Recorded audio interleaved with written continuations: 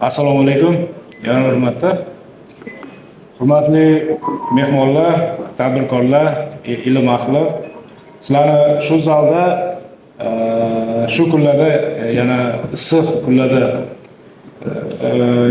bizni tashabbusimizga qiziqish bildirib kelganlaringiz uchun ming bor rahmat. O'zimizni Iqtisodiyot moliya vazirligi nomidan, mahalliy hokimiyat nomidan o'zimizni minnatdorchiligimizni bildiramiz. Ruxsat bersanglar, o'zim tanishtirsam, Iqtisodiyot moliya vazirligi strategiya departamenti bo'lim boshlig'i Ma'ruf Mahmudov va mahalliy hokimiyatdan Bahromjon aka, makroiqtisodiy va hududiy tadqiqotlar instituti direktori o'rinbosari hamda konsultantimiz Samir Chejak ishtirok etishmoqda. Bizni asl maqsadimiz nima? Xabaringlar bor, sun'iy intellekt kirib keldi dunyoga. Texnologiya endi e'lon qilindi 1-2 yil oldin. Lekin aslida bu texnologiya 1950-yilda ma'lum edi insoniyat uchun, Amerikada va boshqa rivojlangan mamlakatlarda va bular 2000-yillardan boshlab sun'iy intellekt uchun tayyorlandi. O'zining infrastrukturasini yaratdi, inson kapitalini yaratdi, kapasiti qurdi va natijada bugungi kundagi natijalarga erishdi. Singapurni ko'raylik, Birlashgan Arab Amirligini ko'raylik va hokazo. Demak, gap kelajakka hozirlik ko'rish haqida ketmoqda ekan.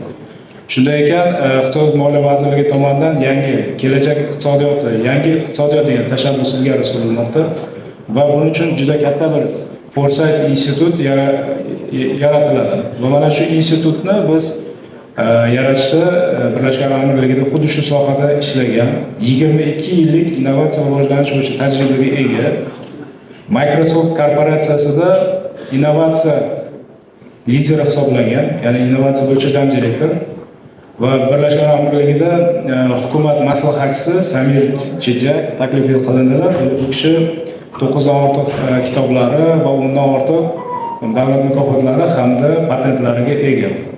Ruxsatinglar bilan bir kichkina bir videomiz bordi va shundan keyin bular o'zlarining ma'ruzalari bilan bizni tashabbusimiz haqida sizlarga ko'proq ma'lumot berib o'tadilar.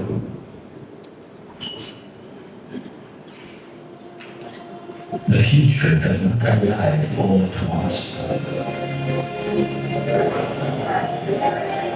It appears first as a signal. A new technology, a changing climate, a shifting population, a new way of learning, working, producing, and living. Some changes will test us. Others will open possibilities we have not yet imagined. For Uzbekistan, the question is not simply what will the future bring. The question is, how ready will we be? Ready to anticipate change before it becomes disruption. Ready to turn data into foresight. Foresight into decisions. Decisions into action. Ready to protect what matters. Our people, our communities, our resources, and our identity. While building new capabilities in science, technology, talent, and innovation. The future is not one destination. It is a range of possibilities shaped by the choices we make today. To be future ready is to think earlier, adapt faster, collaborate wider, and act with purpose. Uzbekistan's future is not waiting to be discovered. It is waiting to be shaped. Future readiness. Anticipate, adapt, shape.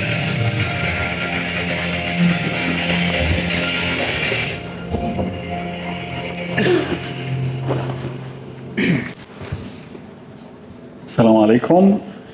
How are you? Okay, I'm taller than Maruf. So, my name is Samir Chejak. I am very happy to be here with you. It is my first time I come to Fergana, and it's a beautiful city and beautiful people so far, with a lot of things to discover and to stay more. So I'm gonna be switching between me and Maruf for translation. So you'll hear. That's why he's next to me all the time. ruxsat etib tarjima qilib qo'yaman. Mening ismim Samir Chidyak, mana seni bilaman. Va sizlarni shu issiq kunda, shu zalda qiziqishga bo'lib kelganingiz uchun o'z minnatdorchiligimni bildiraman. Rahmat. So what we're gonna speak about today, we're gonna cover three things very important. First of all is what we call the big shifts. So how things are changing and how we look at the future. Then we're gonna specifically speak about trends and directions in a subject that is very close to all of you. And third, we're gonna see what we can do about that and a glimpse of how the future would look for Uzbekistan in 20 years. Bugun sizlar bilan uchta muhim masala haqida gaplashamiz. Birinchisi bu katta o'zgarishlar. Nimadan boshlanadi? Ikkinchisi dunyoda qanaqa trendlar, qanaqa yo'nalishlar mavjud? Va uchinchisi albatta bu o'zimizni strategiyamiz, ya'ni ajendamizni belgilab olish. O'zbekiston uchun aynan nima ma'qul bo'ladi? O'zimizdan ozgina qo'shib tushuntirishga harakat qilsam, ya'ni dunyoda katta o'zgarishlar yuzaga kelmoqda. Sun'iy intellekt, boshqa sohalar. Lekin hammasi ham O'zbekistonga to'g'ri keladi degani emas. To'g'ridan-to'g'ri ko'chirish yo'q, bunga qarshimiz. Lekin masala qanaqa qilib O'zbekistonga joriy qilish? Nimani olamiz, nimadan voz kechamiz? Mentalitet qanaqa qabul qiladi? Va shu masalalar bo'yicha bugun sizlar bilan gaplashamiz. Okay, so we're going to start with the big shifts happening. And it's important for us to understand how change happens in any country, in any industry. We normally look at change in a retro aspect, which means that today you know how things changed before. However, when we want to work towards building a change, this is a future state. So we need to see how we can shape the future by what we are doing today. And to do so, we have to do activities that goes from smaller activities all the way to very major big things. Albatta, bunga asosiy mavzu bu o'zgarishlar. Ya'ni kelajak ma'qullik. Va bu ma'qullikka biz bugundan, ya'ni hozir bo'lgan joyimizdan boshlab harakat qilamiz. Va buning uchun ma'lum bir bosqichlarni dunyo tajribasidan kelib chiqqan holatda bosib o'tishimiz kerak. Tizimli ravishda tahlil asosida amalga oshiriladigan bosqichlar bo'ladi. Much better that I use this one. Okay, so how did we get to where we are today? Okay, how change happened? Let's look at this picture.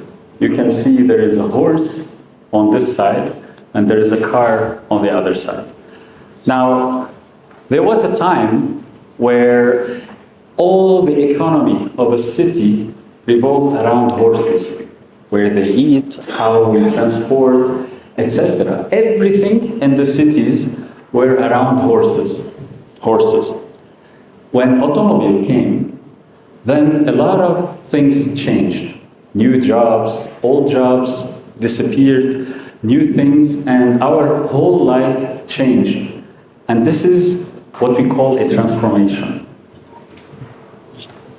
Ya'ni o'zgarishlar haqida gaplashsak, yaqqol misol tasavvur qiling.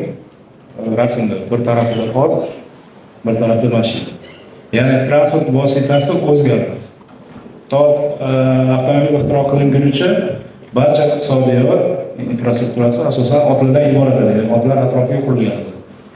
Biroq o'sha Ford yoki boshqa avtomobil industriyasi yo'lga tushib ketganidan keyin ko'pgina ish o'rinlari yo'qoldi. Biroq yangilari paydo bo'ldi. Yangi iqtisodiyot paydo bo'ldi. Iqtisodiyot avtomobil sozlikka asoslanishni boshladi. Mana bu haqiqiy o'zgarish bo'ldi. Xo'sh, qanday bu transformatsiya jarayoni amalga oshirildi va bundan biz qanaqa xulosa chiqarishimiz kerak? So for us to understand how the future works, we have to understand how we transformed. At some point, everything was agriculture based, and then we had the first industrial revolution. Then came the second industrial revolution with electricity, with some other things that works. Then the third industrial revolution was IT, with computers, and all of the programmable manufacturing line.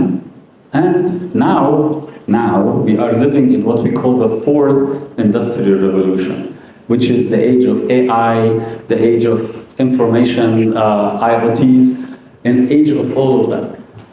This is a big, major shift and major transformation.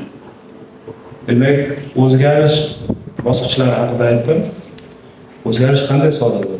Birinchi navbatda bu 4 bosqichga bo'linadi. Sanoat inqilobi, ustozlarimiz ayniqsa ko'p bilishadi, bu haqida mavzularda ko'p eshitganmiz.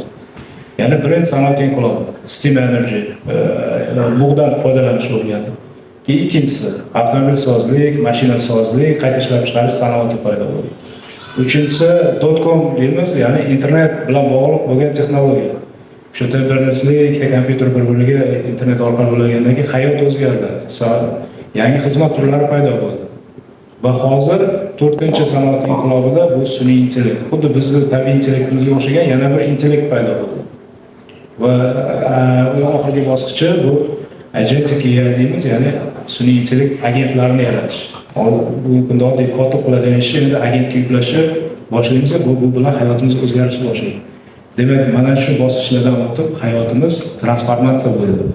Birinchi biz qishloq xo'jaligiga asoslangan insoniyat nuqtai nazaridan qishloq xo'jaligiga asoslangan hayot tarzida yurardik, otlardan foydalanardik, yerda dalada ekandik, har ota-bobolarimiz. Va sanoat inqilobi birma-bir shu 19-asrdan boshlab 200 yil ichida hayotimizni to'liq transformatsiya qildi. Okay. Stick to the... So, what does this actually mean for all of us? When this new revolution of transformation happens, like today with AI, everybody starts asking the question, what is happening? Okay, there is an uncertainty level. We don't know what AI will do for us, what can we do, the jobs are going to still be there, new problems we're having, the weather's changed. There's a lot of what we call uncertainty on this level. Va ko'rganingizdek 4-bosqichda biz yashayotgan bosqichda eng katta narsa mavhumlik. Savol, sun'iy intellekt qanaqa o'zgartiradi bizni? Havo haqida qanaqa gapiradi? Nima ta'sir qiladi unga?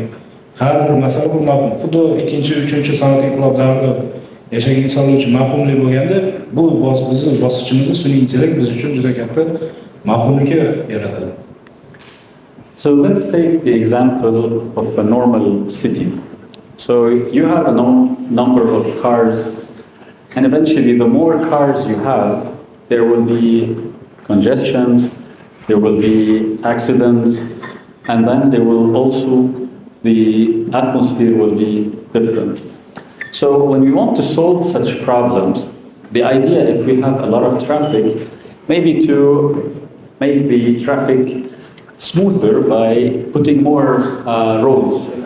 But eventually, you will have the same issue after a while.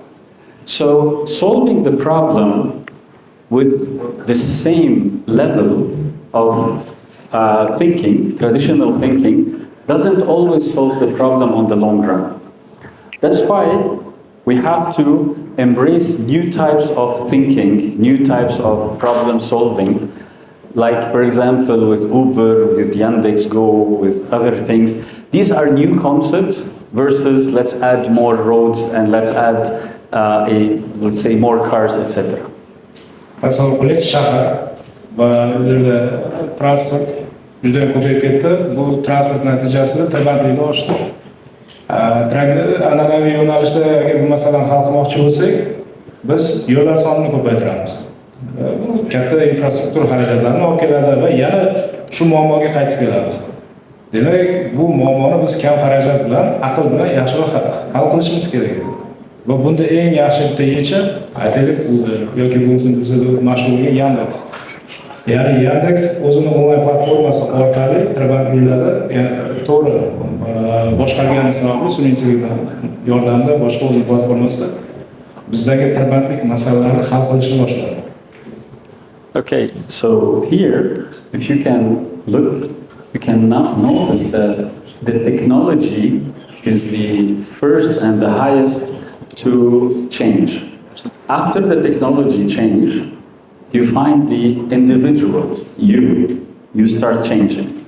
And then the businesses start changing, and finally, you get the governments to start changing. That's the normal flow of change. But right now, we cannot afford to keep it this way. Governments right now are moving towards future readiness, which was what we're talking about here, is how we can be ready before this curve appears. Agar an'anaviy yo'lda ketsak, avvalambor taklif qilinadi bozorga. Odamlar vaqti bilan 5 yil, 10 yil, 15 yil davomida gradually, ya'ni asta-sekin bunga moslashib o'zgaradi va keyinchalik davlatlar o'zini siyosatini o'zgartiradi. Biroq bizga o'xshagan rivojlanayotgan mamlakatlar tez jadal rivojlanishi uchun davlat o'zi tashabbus bilan chiqadi.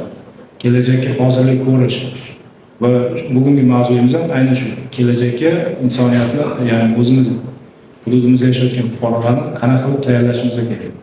Texnologiyani, insoniyat mentalitetini. I wanted to share one thing with you. So this is a report from BCG of the top 20 cities in the world right now in 2026. And guess number 3 in the world is Tashkent City. Number 3 in the world is Tashkent City in the speed of change, in the category of speed of change. So you in Uzbekistan are not only as in locally, but you are actually on a global level. You are competing, you're actually better than Doha, better than Abu Dhabi in the speed of change. Boston Consulting Group, BCG'miz bu dunyodagi aql markazlaridan biri. Dunyoda tan olingan 1970-yildan, deyarli 100 yildan beri faoliyat yuritadi. U o'zini o'lchovlari bo'yicha eng tez o'zgarayotgan shaharlar reytingini qildi va Toshkent bunda 3-o'rinda turibdi. Ya'ni o'zgarish tezligi bo'yicha biz hatto Dohadan va Dubaydan o'tib ketdik. Okay, so but the speed of change and being fast in execution is not the key. Okay, what is the key is actually to be future ready. So you think of the future, you study the future, you prepare for the future, and then you execute quickly like you do. Lekin tez bajarish bu kelajakka hozir degani emas. Biz o'rganishimiz kerak bo'lgan narsa kelajakka tayyorlanish. Sekiroveramiz, lekin aniq maqsad bilan yurishimiz kerak bo'ladi. So, what we're going to see in this part are what are the trends and the directions happening around the world. So you have an idea, and then we're going to zoom on one specific area. Demak, trend va yo'nalishlar haqida chuqurroq gaplashamiz. Allow me to reintroduce myself. My name is...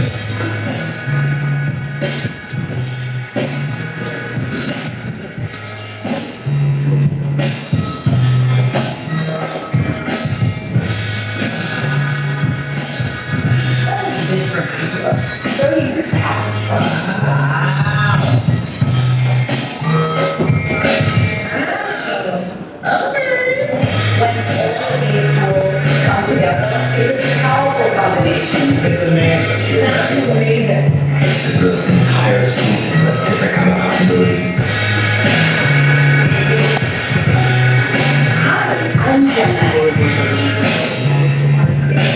What neighborhood do you think I'm in? Together we're creating a new hero.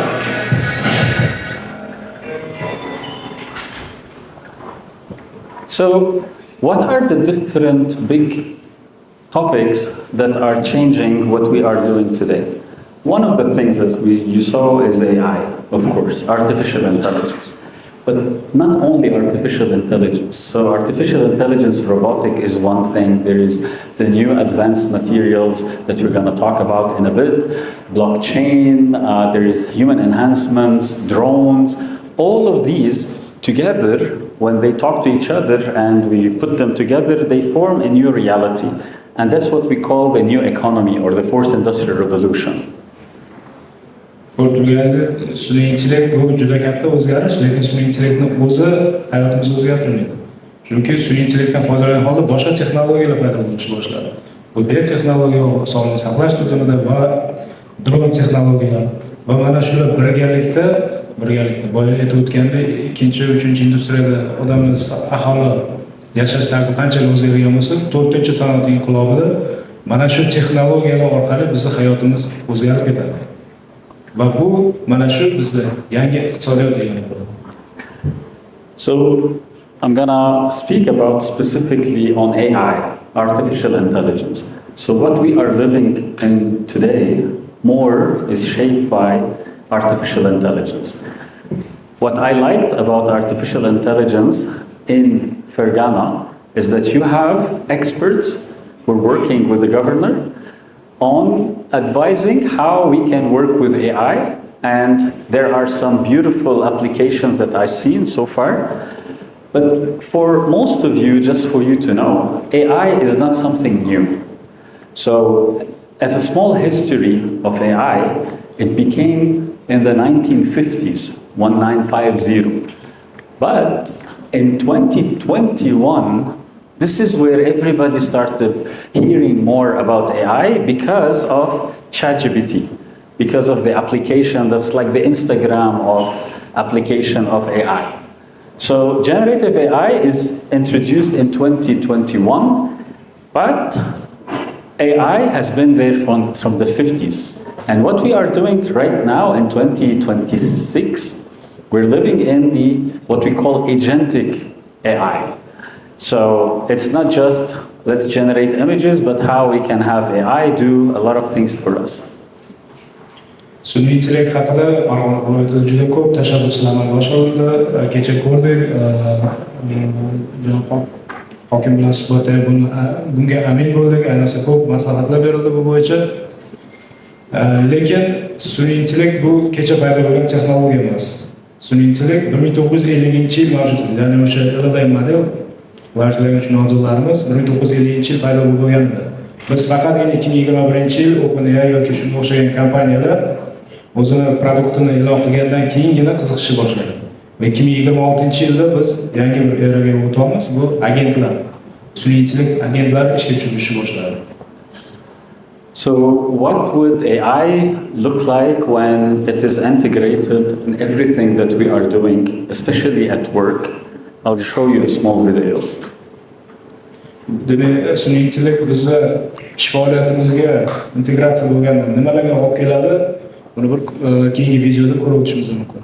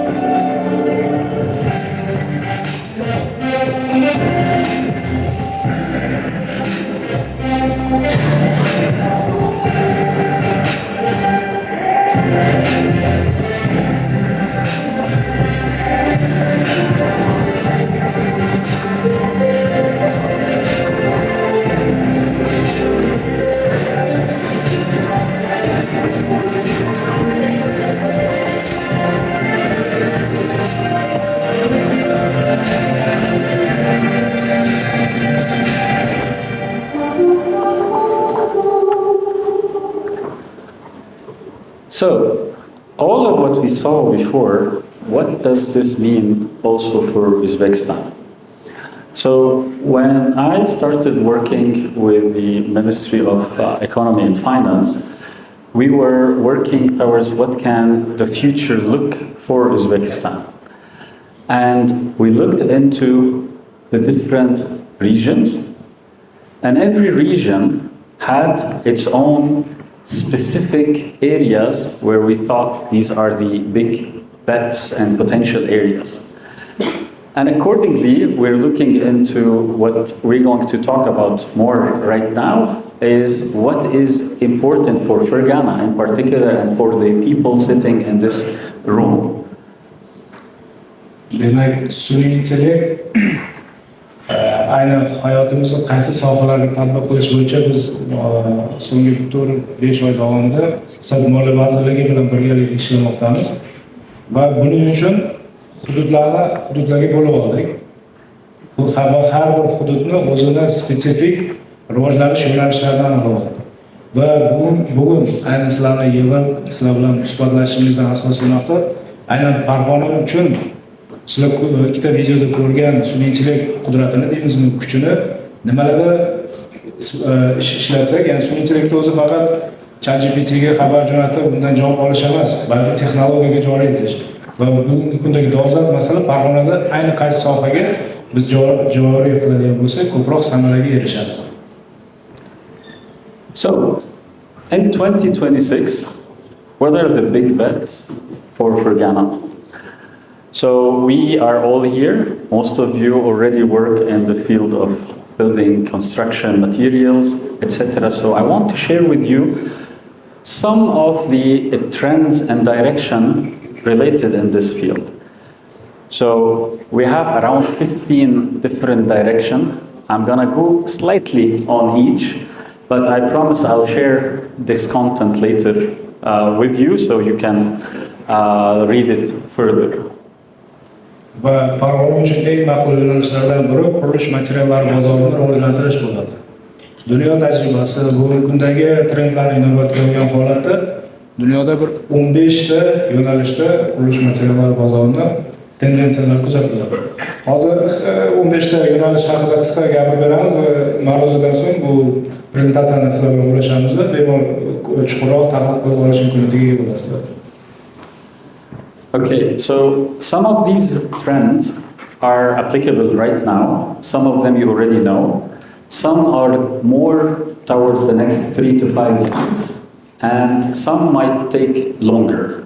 But the idea for Fergana to be a leader in this industry is to start working from now until the future of what is coming and how you can be a big player in this.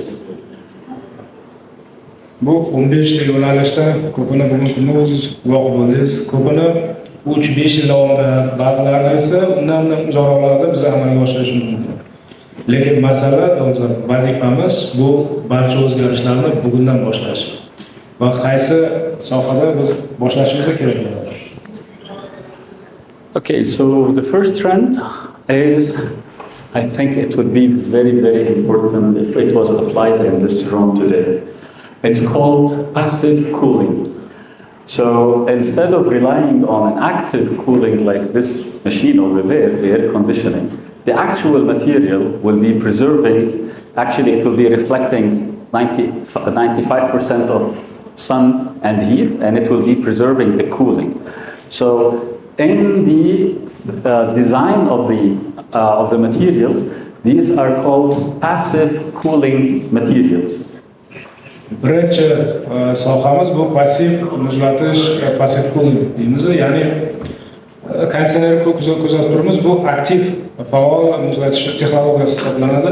Buni o'rniga passiv, ya'ni sig'imi, sovuq havo sig'imini xonada ushlab turishga qaratilgan materiallarni ishlab chiqarish. Qurilish materiallarining o'zi, bazalarimiz yoki boshqa materiallar bu hech qanaqa texnologiyadan foydalanmagan holatda xona haroratini o'sha darajada ushlab turishga xizmat qiladi. Second one is the low carbon cement, and the direction all over the world is towards more sustainable materials.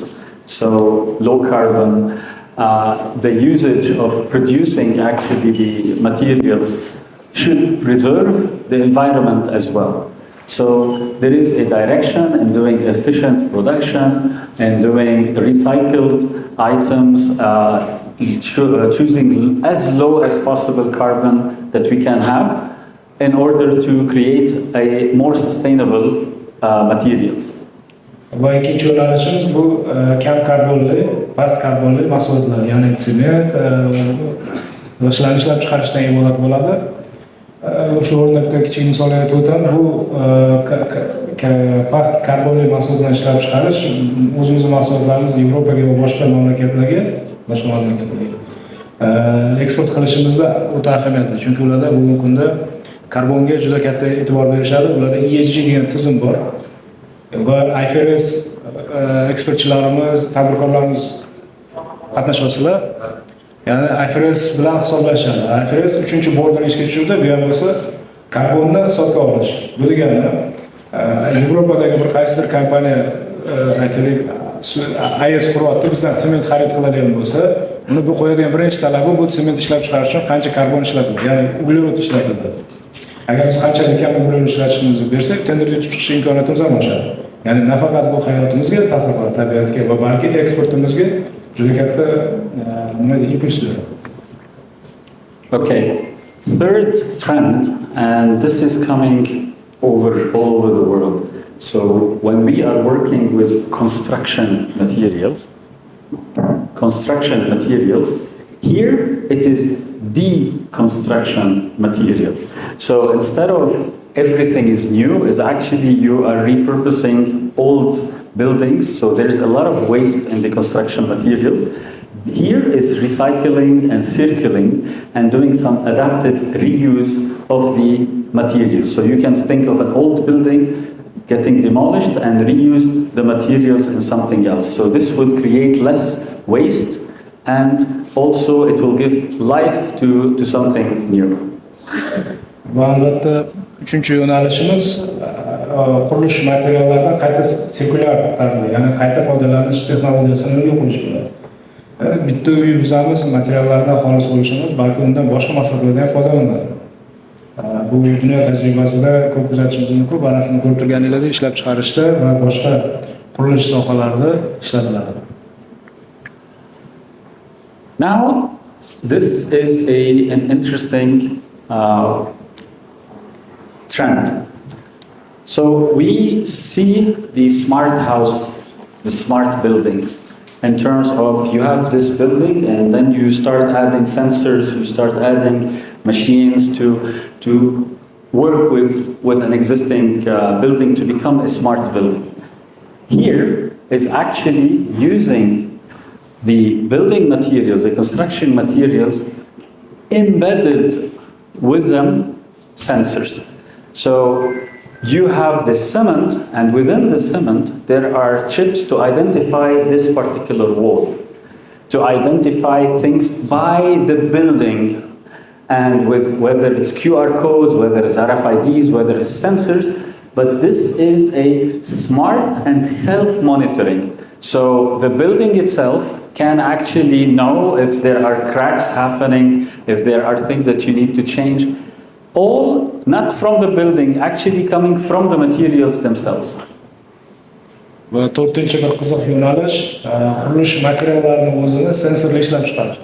Sensor, QR kod yoki bir RFID tizimlari bilan birga ishlab chiqarish. Bu nimaga imkon beradi? Ya'ni devorni o'zi xonani monitor qiladi. Qayerdadir yorug' bo'lishi, qayerdadir yer silkinishi, qayerdadir ma'lum bir talonchilik holatlari yuzaga keladi. Hammasi haqida markazlashgan tarzda axborot beradi. Demak, uy bitgandan keyin qo'shimcha bir kameralar o'rnatib, biz buni nazoratni yo'lga qo'yamiz. Aksincha, qurilish davrida ishlatayotgan materiallarimizni o'zi bizga shu imkoniyat beradi. Ya'ni o'zi boshqaradi. Now, the digital twins. Now, the concept of digital twin is you replicate an existing building or material into a digital twin, and later on you can actually work on changing things, you can do predictive maintenance, you can do maintenance even remotely, and so on. And I will show you in a second a video for you to understand how we can use digital twin in building. Bu beshinchi yo'nalishimiz raqamli egizagini yaratish. Boyagi sun'iy intellekt va chip texnologiyalardan foydalangan holatda uyni raqamli egizagini yaratamiz va uy holatini onlayn tarzda monitor qilib boramiz. Keyinroq yana haqida chuqurroq. Imagine our world today. People, vehicles, businesses, buildings, hospitals, factories, entire cities, and the billions of devices that connect us to this world and to each other. This is the physical world. But what if we can replicate that physical world into its digital twin? A digital twin that is bound to the physical world in real time, that we can experience in mixed reality, that we can collaborate with, that we can run simulations on and find what is important to us, that we can apply AI to learn, predict, and act, to save time and money, to reduce carbon, to preserve natural resources, to improve safety, to bring us all closer. This is already happening today. Across the world, organizations are taking advantage of this new wave of innovation that trends to an interconnectedness that enables the metaverse. Everything modeled in the metaverse mirrors the status of its physical twin, including the interactions and relations between everything else. By applying the power of the cloud, we eliminate boundaries of what this can do. The potential is limitless. We can now track and analyze data from connected environments to identify patterns, trends, and anomalies. We can now simulate any possibility, evaluate outcomes, determine the impact of any change or condition. We can now harness AI to perceive the physical world, to improve and automate tasks, to give superpowers to your frontline workers. We can now give everyone in your organization the power to build apps and workflows, to collaborate with each other in this virtual space, to share and receive expertise at the right time, with the right context in front of you, to move through the physical world and get relevant information about its digital counterpart, when and where you need, using mixed reality. The Microsoft Cloud brings these capabilities together with the limitless computing power of the cloud and intelligent devices at the edge, and creates this framework for building immersive and impactful digital twin, mixed reality, and metaverse solutions. So here, instead of understanding, for example, something would break, you would know that it might break before. If you want to change a location of demolishing and then rebuilding a metro station, for example, instead of doing all of that, you can actually see in a digital twin what can this happen. So the next one is prefabricated, and I know that you know this, the 3D printing level, but the trend itself is using modular building technologies. So instead of building the whole building, you can actually start with elements and areas in a different location, and then you transform and transport and you build in a modular units. So we normally use 3D printing for this in some of the areas, and in other areas you build a prefabricated layer. So these are becoming more and more important for hospitals, for big, and very interactive designs. Bu 6-chi yo'nalishimiz bu oldindan prefabricated, ya'ni oldindan ishlab chiqarilgan qismlarini qaysidir zavodda ishlab chiqarib va qurilish joyiga olib borib uni yig'ib berishdan iborat. Bu modulyar uylarni adashmasam Farg'ona viloyatidan ijtimoiy tarmoqlarni ko'pgina kuzatib boramiz. Bu kabi uylar qurilmoqda, lekin kelajagimizda bundan-da, ya'ni twin texnologiya, raqamli egizaklarni yaratish vositasida yoki bo'lmasam qo'shimcha yo'nalish bu albatta 3D printer, ya'ni uylarni 3D printer asosida qurilishdan iborat bo'ladi. Faqatgina modulyar emas, buni keyingi bosqichlari ham bor. All right, so the ones that I'm going to show you now, like this one is bio-based locally sourced materials. So the building materials itself are bio-based, so are sourced from your existing partner, not less artificial, more, let's say, nature-friendly, and so on. Keyingi yo'nalish bu tabiiy materiallarda tabiatga yaqinroq bo'lgan biologik uylar bo'ladi. Bu faqat sement yoki qo'shni emas, aynan daraxtga, tabiatga yaqin bo'lgan uylar. The same thing, since Uzbekistan in general and a lot of other countries have water scarcity issues, so there is a big direction towards materials that are water resilient. Either the materials themselves or the way we are producing those materials to be water resilient and using resources more efficient, so they use less water to produce, and they can also be used to battle water scarcity. Hammamizga ma'lum, O'zbekiston oldida turgan eng katta challenge deymiz. Bu vazifa, ustuvor vazifa, bu suvga chidamli texnologiyalar yaratish. Chunki suv taqchilligi bu hozirda sezilmoqda, 2030 va 35-yillarga borib eng katta muammolardan biriga aylanadi. Demak, bu kundan boshlab barcha qurilishimizni, texnologiyamiz, sanoatimiz, xizmatimiz va hokazo iqtisodiy faoliyatlarimiz har birini suvga bardoshli, suvga chidamli texnologiyaga almashtirishimiz kerak. Shulardan bittasi bu hozir ko'rsatib o'tganlardek drenaj tizimi. Ya'ni drenaj tizimini yaratib bergan qurilish materiallarini ishlab chiqishimiz kerak bo'ladi. Yomg'ir suvini faol ishlatishimiz kerak. Faqat krandagi suvni magnifikaga yoki boshqaga emas, yomg'ir suvini bitta bachokga yig'ib va uni boshqa bog'dorchilikka va filtrlangan holatda qolgan faoliyatimizga ishlatishga yo'naltiradigan mahsulotlarni ishlab chiqarishimiz kerak. Now, there is a trend which is related to the healthy or recreational and regenerative building materials. So imagine like a sustainable city, like a spa location where everything around you is designed to give you well-being, etc. So there is also a direction where you are using healthy, cooler places, using everything like specifically for you to be in your well-being element. And this is also by design and by materials as well. Bu 9-chi yo'nalishimiz, bu ayniqsa sanatoriy tipiga to'g'ri keladi. Ya'ni havo sig'imini ancha yaxshi ushlagan holatda regenerativ qurilish materiallaridan foydalangan holatda sanatoriylarimizni va tibbiyot muassasalarimizni qurish. Okay, this one, number 10, is a very interesting trend, and at the same time, it's a very big opportunity for those working in the building materials.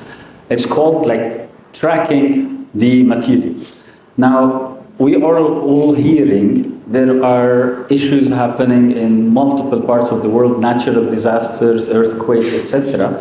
And then there is a very big emphasis from government on understanding the source of those materials, where did they come from, how long they've been doing the validity, to avoid issues in the construction things. So here, this trend is about creating digital documentation of your material when they go out from Fergana and go to another region or go internationally.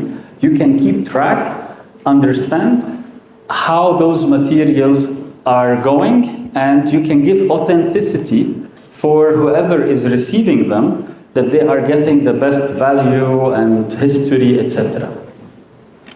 Xulosa qilib aytadigan bo'lsak, qurilish materiallari ishlab chiqarish sanoati uchun qo'shimcha infratuzilma sifatida bir taklif sifatida qurilish materiallari pasportini, raqamli pasportini yaratish. Toki qurilish materiallari kondan olindi, undan brik yoki bir sement ishlab chiqarildi. Sement qaysi sohaga yo'nal AES qurilishi uchun yoki bo'lmasa uy qurilishi uchun ishlatildi. Biror bir talafot yetganida bemalol inspektor kelib, raqamli pasportidan qaysi hududda ishlab chiqarildi. Sho'rsudami, Qozog'istondan, Qirg'izistondan, Germaniyadan ishlab chiqarildi, keyin kim orqali import qilindi, hamma ma'lumotlar saqlangan. Demak, 10-yo'nalish bu nafaqat qurilish masalalari ishlab chiqish, balki uni raqamli pasportini yaratishga qaratilgan. Okay, the last few trends are more into the long term and they're more experimental, but this is the future of building materials and construction materials. First one is self-healing concrete and self-healing materials. Now, we know when we have roads, when we have buildings, when there are cracks in the road, for example, until you come and you fix it, etc. Now, there are a lot of research, a lot of implementations where they use bacterial and specific biological items, and they implement them in the cement itself, okay, in the concrete. So when, for example, there is a crack and then water comes in, the bacteria will actually react and it will self-heal the concrete. That's why it's called self-healing concrete. Bu 11-chi bir yangi trend dunyo uchun ham o'zini o'zi tiklovchi sement. Ya'ni bugungi kunda ba'zi rivojlangan mamlakatlarda qo'llanilmoqdaki, yo'lni quramiz, sementdan foydalangan holda yoki binolar, inshootlarni quramiz. Qayerdadir yoriq paydo bo'ladigan bo'lsa, quruvchini yoki bo'lmasa maxsus mutaxassis chaqiramiz va u o'zining chorasini ko'radi. Biroq bugungi kunda juda ko'p tadqiqotlar o'tkazildiki, maxsus bakteriyalar ishlab chiqarilmoqda. Bu bakteriyalar qurilish materiallari tarkibiga kiritiladi va navbat o'sha yoriqlar hosil bo'lganda u sementni o'zida turgan joyda o'zini tiklab yuboradi. Bu bo'yicha tadqiqotlarimiz bor, bu bo'yicha kelajakda ishlar olib borishimiz kerak. Ayniqsa tadqiqotchilarimiz uchun mana bitta yo'nalish hisobida qabul qilsa. Okay. Now, these are also a little bit more advanced, what they call meta materials. So meta materials are actually materials that can reshape themselves and reshape their purpose according to an external factor. So for example, imagine you have now the windows. The windows are made from meta materials, and the windows would react to the sun, and it will become brighter or dimmer and will allow heat or not, or it will react to water and or sound, etc. So these are responsive materials. Just like if you have a website, so the website is big on a big screen. If you open it on a mobile, it responds to the screen of the mobile and everything starts changing. Imagine this on a building. So the materials themselves will become responsive to different factors, and that's a new trend, but also as well, it's still in its infancy in a way. Ikkinchi muhim bir tadqiqotlarimiz uchun yo'nalish qurilish materiallarini tabiatga va ma'lum hodisalarga responsive, ya'ni javob qaytaruvchi sifatida ishlab chiqish. Tasavvur qiling, issiqqa, issiq kun isib ketganda qorayadi, kun sovib ketsa oddiy holatda yoki tovush kerak. Ma'lum bir detsibel, inson qulog'i 16 detsibelgacha eshitishga qodir, 20 detsibeldan oshganda u yoriq hosil qiladi yoki bir qanaqangidir belgi berishni boshlaydi. Bu xuddi hayotimizda ishlatadigan veb-sayt ko'rinishidir. Ya'ni ma'lum bir veb-saytlarni kompyuterda olsangiz juda keng ekranda, ma'lum interfeysda bo'ladi. Telefonimizda ekran qisqargan holatda va shunga yarasha moslashib oladi. Demak, aytmoqchimizki, qurilish materiallarida ham, binoda ham xuddi shunaqa moslashuvchan va javob qaytaruvchi, bir belgi beruvchi qurilish materiallarini yasash hayotimizni yengillashtiradi. Okay. Now, this one is also a very important trend, but it's still, we're trying to push for it any way we can. It's called carbon negative construction materials. Carbon negative means that every time I'm using a brick, I'm reducing the carbon from the air. So the materials that you're using to build the materials, so the raw materials that you're using, are actually carbon-based. So you're taking the existing carbon, putting it into your materials, so every building that you have is actually reducing a portion of the carbon from the environment. This is very important on multiple levels, and it's still in our, let's say, roadmap of how we can leverage such items in specific cases. Yoshligimizdan bizga o'rgatib kelishadi, hammamiz ma'lum, daraxtlar o'ziga karbonni yutib yuboradi, kislorod chiqarib beradi. Tasavvur qiling, qurilish materiallari ham xuddi shu ishni bajarsa. Bu bo'yicha ko'pgina dunyo olimlari tomonidan tadqiqotlar o'tkazilib, patentlar olingan. Ya'ni g'isht o'zi karbonni so'rib oladi, tabiatdagi karbonni so'rib oladi va havoda faqat toza kislorodni qoldirishni boshlaydi. Endi tasavvur qiling, xuddi shunaqa texnologiya bilan binolar, zavodlar, больница, kasalxonalar, shifoxonalar va boshqa obyektlarimiz qurilishni boshlasa. Demak, tabiatga foydasi bo'ladi. Okay, and regenerative and energy generating services. Right now, what we know is if you want to generate solar energy, you have to install solar panels on your buildings, for example. Here, it's actually the surface will act as a solar panel. So whether the window, whether the walls, so the materials themselves will actually start generating energy and managing energy by design. So imagine these materials when you are designing a city, and the city, how efficient power and cool and heat, etc., just by using these materials as they grow, from the pavements all the way up to the green roofs where you have also more greenish on top. Bugun bunda quyosh panellari haqida hammamiz bilamiz. Ya'ni tabiatda quyoshdan energiya olib, bizga elektr energiyasini yetkazib beradi. Tasavvur qiling, ishlab chiqarilgan materiallarimizdan xuddi shunaqa energiya ishlab chiqaradi. Materiallarimizdan qurilgan binolar to'liq o'zini ta'minlaydigan elektr energiyani yetkazib beradi. Okay, the last part here is 3D printing, but on a large scale 3D printing. And I'll tell you just a couple of examples. 3D printing is very, very promising as a technology. But when you want to apply it on a very large scale, directly printing a building, it's still not there yet. What we did, for example, in Dubai, when we started experimenting with 3D printing for houses, I spoke with the authority building the houses when they started trying out. First, you know, the commercials and the technology, when you hear about it, it will be done, you can build a house in 3 days. Reality, it takes more time because you need specialized skills, you need specialized engineers to see how the building is actually being built.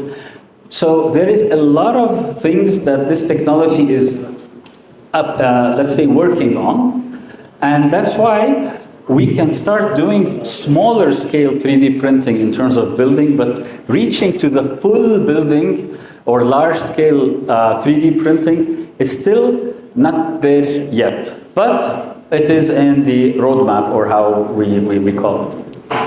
Shu suhbatimiz avvalda aytgandik, bu 15 ta tashabbusni biz ba'zisini bugungi kunda ishlatyapmiz. Buni inkor etmaslik kerak. Ba'zilari 3-5 yilda yo'lga qo'yish strategiyamiz ham bor. Lekin ba'zilari uchun juda ko'p tadqiqotlarni amalga oshirishimiz kerak. Xuddi shulardan biri va oxirgi biz ilgari surayotgan oxirgi tashabbus bu 3D printerli uylarni qurish. Hattoki Dubay o'zida sinab ko'rishganda ba'zi qurilish materiallari yoki bo'lmasa inson omilidan yetishmovchilikni ko'zga tushgan. Demak, katta masshtabda bir va'da qilingan 3 kunda uy qurib 3D printerda uy qurishimiz uchun bizga texnologiyani o'zi rivojlantirish kerak, insondan, injenerlar, shu sohada injenerlarni tayyorlashimiz kerak va shunga mos keladigan qurilish materiallari ishlab chiqaradigan sanoatini yaratishimiz kerak. Bu uzoq yilga, 5 yil, 10 yillik horizontda bo'ladi. Lekin yo'nalishimiz shunday bo'ladi. Sababi hattoki qo'shni Qozog'istonda vazirlik mutaxassis sifatida ma'lumot bermoqchiman. Qo'shni Qozog'istonda texnologiyani olib kelib, uy qurishni boshladi. Kichkina hovlichalarni 1 sotiq, 2 sotiqqa. Tasavvur qiling, bir 10 kishi, 20 kishiga aytib, sement quydirmaysiz, fundament quydirmaysiz, kolonna, rigel yo'q. Mashina keladi, texnologiyani o'zi joyi ko'rsatasiz. Xuddi 3D printerda maket yasagandek butun boshli inson yashaydigan uyni yasab chiqadi. 3 kun, 4 kun agar texnologiya isbot ishlaydigan bo'lsa, 3 kundan ortiq bo'lmagan muddatda sizga bitta xonani tayyorlab beradi. Bu kelajak. So what I would ask you to do, well, we will be sharing these trends with you. Some of those trends, okay, we have 15, some of them you can start working on today. You may already be working on most of them, but some of the trends we're gonna start working on them today. Some you will be planning in the next 3 to 5 years as the technologies become more stable, as you become more skilled at them. And third, there will be some experimental technologies and experimental trends. That's why we are putting together, and in this building actually, the Foresight Center for building materials to test and come up with items that are long-term, but we can start working on them today. Mazkur 15 ta tashabbusni yuqorida aytib o'tilgandek, ba'zilarini bugungi kunda qilamiz, uni rivojlantirish kerak. Ba'zilariga 5 yil vaqt ketadi. Va oxirgi aytgan 3 ta ya'ni kam karbonli, kam uglerodli materiallarni ishlab chiqarish, o'sha 3D printerda uylarni qurish yo'lga qo'yish, sanoatni o'zini yo'lga qo'yish uchun boya inson birinchi navbatda odamni o'zi o'rganish kerak. Ustalarimiz, injenerlarimiz, bunga yarasha universitetlarda maxsus distsiplinalar e'lon qilinishi va o'qituvchilarning o'zi tayyorlanishi kerak. Va shu yarasha bizning kollejlarimizda xuddi shunaqa mahoratga ega ustalar tayyorlanib tizimlarimiz paydo bo'lishi kerak. Va undan keyin sanoat. Qanaqangi turdagi mahsulot, oddiy turdagi sement bilan ishlab chiqariladi. Demak, sementni o'zida boshqa tarkibda bo'lishi. Buni o'rganishimiz kerak, bunga patent olish kerak. O'zimizniki bo'lsin, chet eldan olib kelmaydi. O'zimizni olimlarimiz, o'zimizni tadqiqotchilarimiz bilan biz bunga erisha olamiz. Va mana shuning uchun ham Farg'onadan boshladik va Farg'onada aynan qurish materiallaridan boshladik. Okay. Now, let's look into a little bit into the future. So, what would Fergana in 2050 look like? Now, when we are looking into the future, we are looking where a lot of these technologies reach to the level where they are part of our day-to-day lives. Whether it's in transportation, whether it's in buildings, whether it's in work, how the mahalas would be working. I'm going to show you a few of the ideas that we're working on, how we can look into the future for Fergana. Va yuqoridagi rasm bilan, video rolik bilan sizlarga kelajakdagi Farg'ona qanday ko'rinishi mumkinligini endi generative AI bilan, virtual intellekt bilan birga tayyorlangan holatda ko'rishimiz mumkin. Va tasavvur qiling, 15 ta sizga endi tashabbuslarni beramiz, ulashamiz, bemalol foydalanishingiz mumkin. O'sha 15 ta tashabbusni to'liq ishga tushirgan holatda Farg'onani xuddi shunaqa qayta ko'rinishini yasaysiz. Qanaqa bo'ladi? So, first of all, imagine that we have here in Fergana a hub for companies who are doing research and having products specifically for water resilience and climate resilience. So a company that does those low carbon or carbon negative building materials. A company that uses, I don't know, protein-based or carbon-based protein so they can use less water. Imagine putting all of them in an innovation hub like you have here in the IT park, but specifically for water resilience technologies. So this is one of the plans that we are thinking of. Milliy maqsadlarimizdan kelib chiqadigan bo'lsak, bu albatta suvga chidamli bo'lgan texnologiya yaratish. Shu kungacha biz uy qurishni o'rgandik, zavod qurishni, oxirgi 10 yil davomida yangi texnologiyalarni olib kirdik. Lekin ikkita sohani bir-biriga bog'laganda suvga chidamliligini ishlab chiqish bu alohida dolzarb masala. Buni endi o'rganishimiz kerak. Tasavvur qiling, bir sohada ishlatilgan suv ikkinchi sohaga uzatib beramiz. Ya'ni konseptual master rejalar ishlab chiqamiz. Ko'pchilik xabardor bo'lsa kerak. Ya'ni bir hududni endilikda rivojlantirish uchun birinchi hudud gen plani tasdiqlangan, prezident darajasida qonun darajasida tasdiqlanadi. Va qaysi qismiga o'zgartirish kiritmoqchi bo'lsak, faqat master reja bilan u ham bo'lsa bosh vazir yoki bo'lmasa viloyat hokimi ruxsati bilangina amalga oshadi. Ana bu o'sha master rejalarda, suvga chidamli texnologiyani joriy qilish birinchi prioritet bo'ladi. Sanoat ishlab chiqarilgan suv uy xo'jaligida qishloq xo'jaligi yoki teskarisi. Xuddi shunaqa sirkulyar suv aylanmasini tashkil qiladigan bir kelajak Nexus deymiz, innovatsion hubni yaratishimiz bizga dolzarb bo'ladi. So, second one is I want you to think of all of your expertise and the building and the materials, etc. But now you're going to create a zone. This zone is completely an optimal water resilient zone where all the designs, so you have the factories, the buildings, etc., are designed and optimized for water in particular. How much water is coming? Using circular economy and circular, so the water coming from the buildings will go to the farms or to the fields. The water also will be using to cool so the design of the whole zone, whether from different layers, would be called an water resilient zone. Va innovatsion hub davomi sifatida yuqorida aytdim, master rejada ishlab chiqarilganda xuddi shunaqa. Bir sohada ishlatilgan suv ikkinchi, ya'ni zonalashtiramiz. Avval innovatsion hub sifatida ko'rgan bo'lsak, endi buni zonalashtiramiz. Farg'onaning qaysi tumanining qaysi zonasi tanlab olinadi va o'sha zonada bu yurilib bo'ladi. Ya'ni suv tanqis bo'lgan hududlar. Now, this one is a very interesting concept called the Mahala Agentic Value Chain. Yesterday, when I was with Mr. Jalilov, with the AI advisors, we saw some of the agentic AI or AI platform specifically targeting Mahalas. Imagine the following. Now you have a Mahala and you have a very small farmer who bring only few boxes of tomatoes. He can go in the future, okay, to a Dropbox, a Mahala Dropbox, where he put the harvest. There is an AI inside that will actually detect the quality, etc., and it will give that person immediately the money for his harvest in a digital currency style, removing the tax, of course. And then the whole value chain from receiving the tomatoes all the way to the supermarket, all the way up, it will be completely managed by agentic AI. So the sales, the production, the distribution, etc.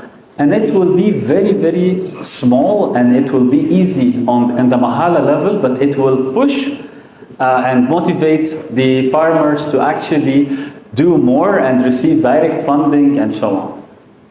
Kechirasiz, oramizda venture kapitalistlar bormi? Venture kompaniyalar. Startaplar. Startapsiz yoshlar yana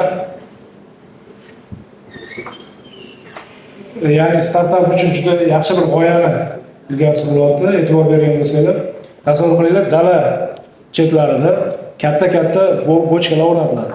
Bu kelajakdagi iqtisodiyot nimada? Kelajakdagi iqtisodiyot platformali iqtisodiyot bo'ladi. Katta bir skladlar quriladi, hamma skladga molini yuklaydi.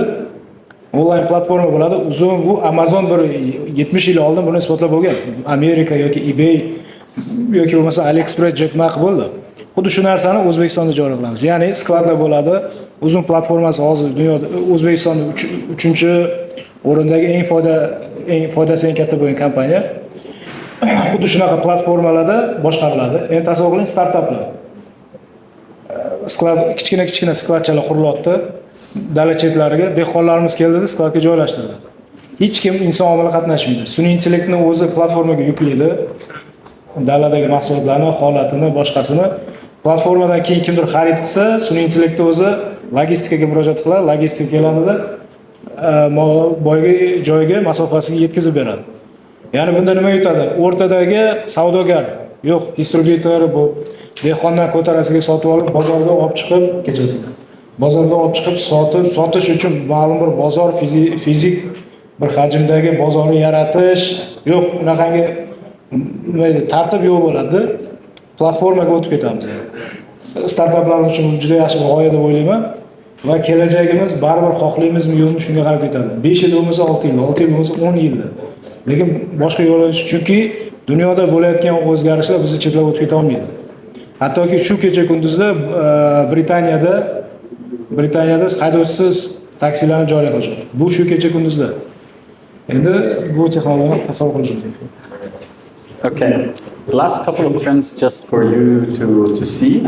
This one is a global trend, but at the same time it is supposedly to happen in 2033.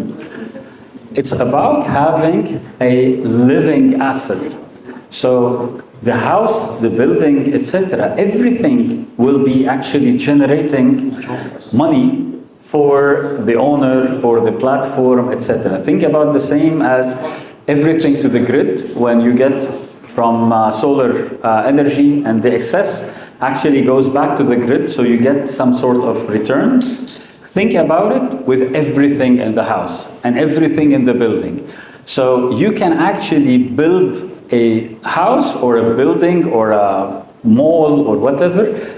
All of that will actually be generating money for you, and it is managed by a platform, a national platform who will actually do all of the calculations, agentic AI, sensors, a lot of other different things. Va oxirgi bir taklifimiz uy xo'jaliklarini jildon deymiz, jildonlarni aktivga aylantirish. Ya'ni tomiga quyosh panelini qo'ydingiz yoki bo'lmasam podvaliga data centerni qo'ydingiz, chunki data centerdan chiqqan issiqlik bilan qish paytida suvingizni isitdingiz, va data center saqlab turgani uchun sizga pul to'lashadi. Domda necha kishi yashaydi? 10 kishi. $100 to'lasa, har biriga $10 to'g'ri keladi. Biz platforma quramiz uy xo'jaligi uchun. Qanaqangi BSK kerak bo'lmaydi. Boshqaruv servis kompaniyasi har bir domni o'zi agent, Damcom agent paydo bo'ladi. Unga hamma 10 ta uy ulanadi. Data center yoki quyosh panelini har bir kilovat missini sotganimizdan tushgan pulni boyaga agent taqsim yig'adi va 10 ta uy xonadoniga xarajatdan chegirib tashlagan holatda tarqatib yuboradi. Ko'rib turibmizki, biz yashayotgan jildonma shunchaki yashash joyiga emas, balki aktivga aylantirib yubora olamiz. Bu tashabbus, bu hattoki startap innovatorlarimiz, venturlarimiz bilan birga buni o'ylasa yana bir boshqa yo'nalishlarni o'ylab topishimiz mumkin. Okay. Now I'm gonna go very quickly just for you to see that there are a lot of other ideas that are planned on the Uzbekistan level for the future. So I'm not gonna just keep going one by one, but I'll just give you a sneak peek, just a little bit of what is happening. So be very careful for the next just 1 minute as I flip through all the existing items, and then I will wrap up. Demak, mavzularni tugatishdan oldin yana ma'lum bir takliflarni atigi 1 minut vaqtingizni olamiz. Tez o'tkazib yuboramiz. Tez yana boshqa bir O'zbekiston darajasida, ya'ni respublika darajasida tatbiq qilish mumkin bo'lgan takliflarimizni ko'rsatib o'tamiz. Va shundan keyin mavzumizga xotima yasaymiz. Okay, are you ready? So we're gonna go through them. If you want to have your cameras ready, all right. So there is a national gig economy platform for freelancers and for those who wants to do something on the side. There is an external agro-security zones where we will be having not just agriculture zones within the country, but outside of the country with a very unique way of working. There is a future accelerator that will go with handling future opportunities and future challenges in Uzbekistan to attract the best and the brightest from the country all the way outside. There is a national economic AI platform that will handle everything related to the contractuals, the transactions, the translations all together in one place. And there will be a very big solution to actually handle the demographic future. So how we are growing as a population and how things are happening and what can we do to get a better future. And this is something that the UNPFA are working on with the ministry to do so. And with this, I say thank you very much for your time, and I'll see you next time for sure. Mr. Samir, thank you for your presentation, for your dedication. And on behalf of the local authority, we have a small present to you. Oh, thank you. Thank you very much. Oh, handcraft. Thank you, thank you.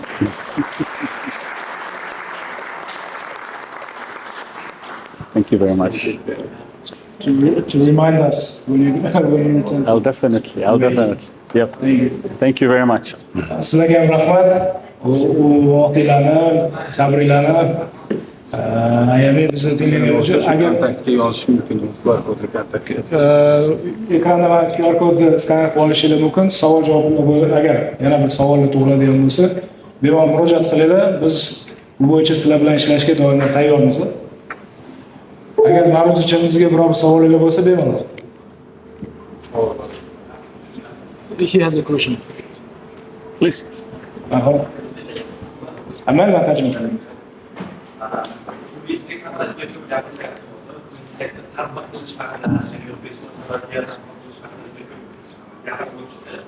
Endi mana savol bo'lyapti, ya'ni himoyalanish. Masalan, himoyalanish savollar bo'lyapti. Masalan, Amerikada va Isroilda faqat ismlar bor, Falastin va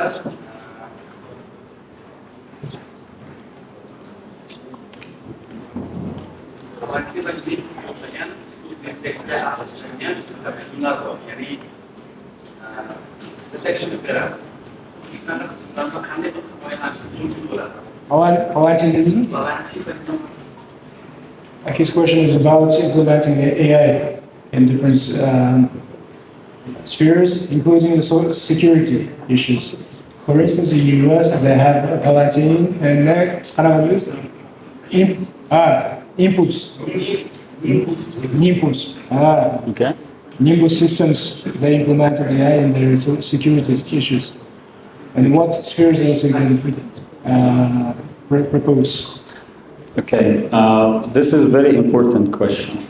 And AI and security right now is a very, very hot topic because all of our systems, whether websites, apps, etc., are always subject for vulnerability.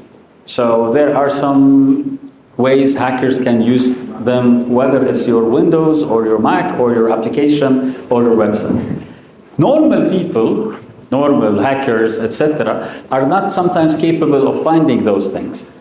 AI now became so powerful that it will easily detect if a bank there has vulnerability in it.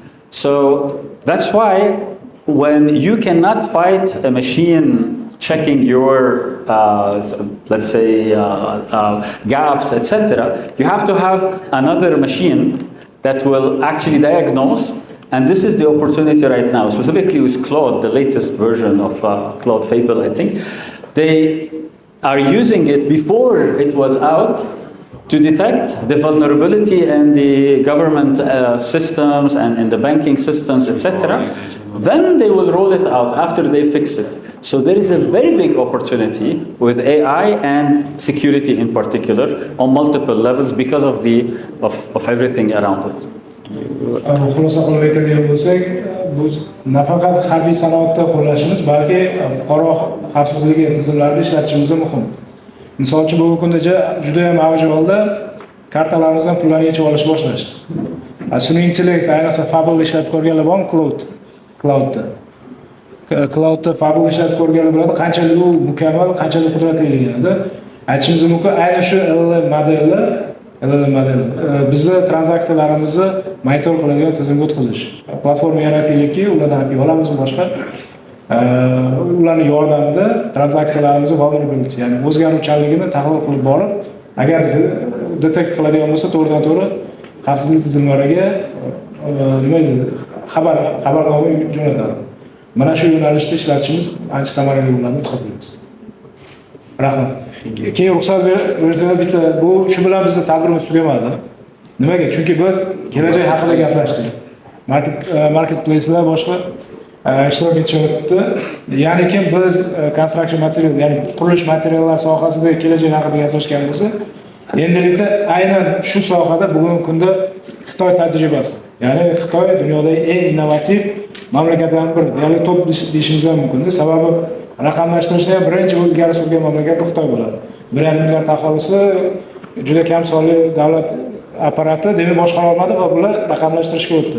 Yana ham oldinda. Xuddi shuni inobatga olgan holatda biz Xitoy kompaniyalari Shanxay Construction kompaniyasi mutaxassislarini jalb qildik. Toki bugungi kunda Xitoy kompaniyalari tomonidan qanday platformalar ilgari surilmoqda va qurilish materiallar sohasida qanday natijalarga erishdi. Xuddi shu bo'yicha ularning o'zlarining fikr mulohazalarini o'rtoqlashadi. Iltimos ularni e'tibor bilan tinglashini so'rab qolamiz. Rahmat e'tiboringiz uchun. Marhamat, sahnaga. Sahnaga Bahrom akani taklif qilamiz. Biz Toshkentdagi o'sha qishloq xo'jaligi arxitektura universiteti rektorlari. Assalomu alaykum, hurmatli kengash seminar ishtirokchilari. Men ismim Bahrom To'laganov, Toshkent arxitektura qurilish universiteti rektoriman. Bugungi kunda qisqa muddatda biz Shanxaydan Mr. Won Lans janoblarini chaqirdik. Bu kishi bir vaqt o'zida Xitoy kommersiya vazirligi vaziri maslahatchisi bo'ladi. E-commerce bo'yicha, demak, raqamlashtirilgan savdo platformasi bo'yicha o'zlarining taqdimotlarini qilib beradilar. Bundan tashqari biz hozir O'zbekistonda qilayotgan bir ikkita loyihalarimiz bor, uni gapirib beradilar. Undan tashqari ikkinchi bo'limida bizda bir yana taqdimotimiz bor. Bu Shanghai Construction qurilish sohasida qisqa vaqt ichida qanaqa qilib sifatli va samarador qurilishi bo'yicha demak qanday o'zlarini demak tajribalarini amalga oshirganlar shuni ko'rishamiz. Taqdimotlarni ko'ramiz, keyin savol-javob qilishimiz mumkin. Bizni qisqartiramiz. Zerikib qolgan bo'lishingiz mumkin. Taxminan bir 15 minut qilsak, menimcha maqsad muvofiq bo'ladi. Tarjimonimiz Azizbek.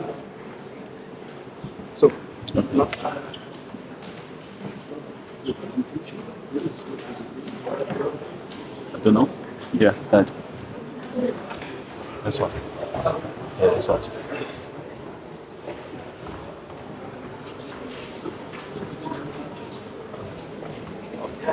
Event and then.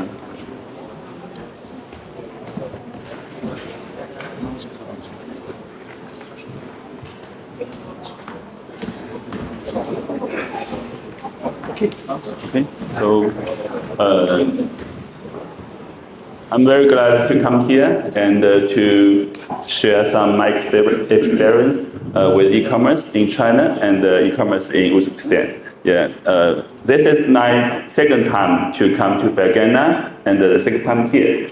So, very glad to do see. Xonlar javobda men o'zim qisqa qilib tarjima qilib berib turaman. Birinchi qismida men ikkinchi marta demak Farg'ona viloyatiga kelishim kelgandan xursandman. I forgot your first sentence. Okay. Yeah, so now today I want to share something related to the Chinese and Uzbekistan building material industry. How we can work together in the same e-commerce marketplace. Qanaqa qilib demak qurilish materiallar sanoatida birgalikda e-commerce demak raqamlashtirilgan platformada birgalikda hamkorlik qilsak bo'ladi. Shu bo'yicha qisqacha taqdimot qilib beraman. Yeah, that's me. I have a lot of experience in e-commerce field, and I'm also advisor in the Chinese Ministry of Commerce with the e-commerce field. Demak, e-commerce yo'nalishi bo'yicha demak Xitoydagi yuqorida ta'kidlab o'tganidek vazirlikning maslahatchisi bo'laman. Yeah, I also do a lot of things for the advisor to the regional government in China, some province, some city like Tianjin and Chongqing. Bu asosan demak faoliyat ko'rsatilgan joy bu Tianjin va Chongqing. Chongqing universitetlari shaharlari bilan birgalikda. Yeah, so why we will do something? Because most of the company they are not good at to do e-commerce, and they don't know what they can do for e-commerce to promotion their product. Shunga qaramasdan ko'p mamlakatlarda yoki hukumatlarida asosan qanaqa qilib e-commerce bilan ishlash bo'yicha ko'p narsani bilishmagan edi yoki shunaqa bir muammolar tug'ilgan. O'sha muammolarda yechim topish bo'yicha demak o'zimizning ishlarimizni olib bordik. And in the left is my company's performance.